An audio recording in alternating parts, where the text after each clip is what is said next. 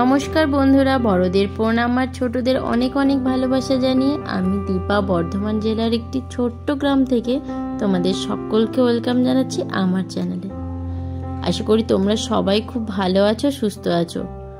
দিনটা ছিল বাপের বাড়ি কোনো এক বিকেলবেলা। সত্যি দিনটা কবে যে ছিল তারিখটা একদমই মনে নেই, কারণ বাপের বাড়ি থাকলে ফোনটা সবসময় নেওয়াই হয় না। যখন যা সময় পাই একটুখানি ভিডিও ক্লিপস নিয়ে রাখি। আর সত্যি কথা বলতে বাপের বাড়িতে থাকলে একদমই ইচ্ছে করে না ফোন টোন ধরতে, কারণ যে কটা দিন আসি বছরের 2 মাস চাই প্রাণ ভরে একটু আনন্দ করতে। কারণ ব্যাঙ্গালোরে ফিরলে সেই তো এক ফোন নিয়ে বসে থাকা, নিজের সারাদিনে কাজকর্মের পরে আর তো অন্য কিছু থাকে না। তো এখানে যেটুকু সময় পাই চেষ্টা করি একদম ফোনটাকে ছেড়ে নির্ভেজাল আনন্দ উপভোগ করতে। আর এটা বড়মাদের বাড়ির সামনে একদম একটা মস্ত বড় পুকুর, আর পুকুরের চারপাশে দেখো সুন্দর এরকম তাল গাছের সারি, একদম যেন ছবির মতো আঁকা। বিকেলবেলা সবাই ঘুম থেকে উঠে একটু সুন্দর করে সবাই ফ্রেশ হয়ে এই বাইরে বসা হয়েছে, কারণ যা প্রচণ্ড রোদ গরম শুরু হয়েছে, একটু বেলার দিকে তো বেরোনোই যাচ্ছে না, একদম রোদ পড়ার পরে বেরোনো হয়েছে। আর সামনের এই দিঘিটা থাকার জন্য বেশ সুন্দর এখানটা হাওয়াও দেয়। যদিও দিঘির জলটা পুরো তাপদাহের জন্য একদম পুরো শুকিয়ে গেছে, তাও একটা পুকুর থাকলে সামনে একটা জলো যে ঠান্ডা একটা হাওয়া তো আসে, তো এখানে সেটা ভাল লাগছে। আর আমাদের মেয়ে দুটোর মুখ দুটো দেখো একদম গরমের তাপের চোটে পুরো একদম শুকিয়ে গেছে। আর আমি আর দিদি যেহেতু অনেক দিন পরে এসছি, তো সবাই দুই বোনকে একসাথে দেখে জিজ্ঞেস করছে কবে এলি কি না, আর আমাদের মেয়েদের সাথে কথা বলছে। তো যাই হোক, ওখানে কথা টথা বলে এলাম একটু আমাদের বাড়িতে। দুপুরবেলা সবাই মিলে ওই বাড়িই গেছিলাম। তারপর আমাদের বাড়ির সামনে এসে দেখছি দেখো এই কচু গাছগুলোর গরমের চোটে অবস্থা এদেরও খারাপ, পাতাগুলো অলমোস্ট প্রায় শুকিয়েই গেছে। আর আমাদের এই যে দুই বাড়ির অতিথি, এদেরকে আবার না দেখালে হয়, তো এদেরকেও একটু দেখিয়ে দিলাম।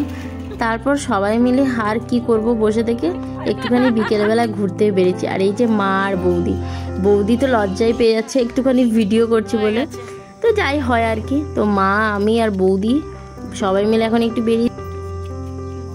আর তখন তো শুধু বড়মাদের বাড়ির সামনে থেকে পুকুরের ওই ভিউটা দেখেছি। আর এইটা হলো আমার বড়মাদের বাড়ি। আর বড়মাদের বাড়ির সামনেই এই যে আছে সুন্দর একটা কি আগাছা ফুল, কিন্তু আগাছার ফুল হলে কি হবে, এত সুন্দর লাগছে। আমাদের যখন বড় বড় ফুলের বুকে কাউকে গিফট করি তখন যে ওই জিপসির মতো যেগুলো থাকে, তো সেইগুলোই মনে হয় এই ফুল, কারণ অবিকল দেখতে হুবাহু ঠিক একই রকম। জানি ওগুলো জিপসি নয়, তবে একদম হুবাহু দেখতে। তো যাই হোক, হাঁটতে বেরিয়ে অনেক দিন পরে এরকম গরুর পাল দেখলাম। এখন আর গ্রামের দিকেও তো এরকম গরুর পাল দেখা যায় না। কত সুন্দর সব জোড়া জোড়া গলার মধ্যে বাঁধা, হয়তো কোনো হাটে নিয়ে গেছিলো, তারপর তাদেরকে ফিরিয়ে নিয়ে যাচ্ছে। তবে এই রকম দেখে আমার মেয়েও কিন্তু ভীষণ খুশি হয়েছে।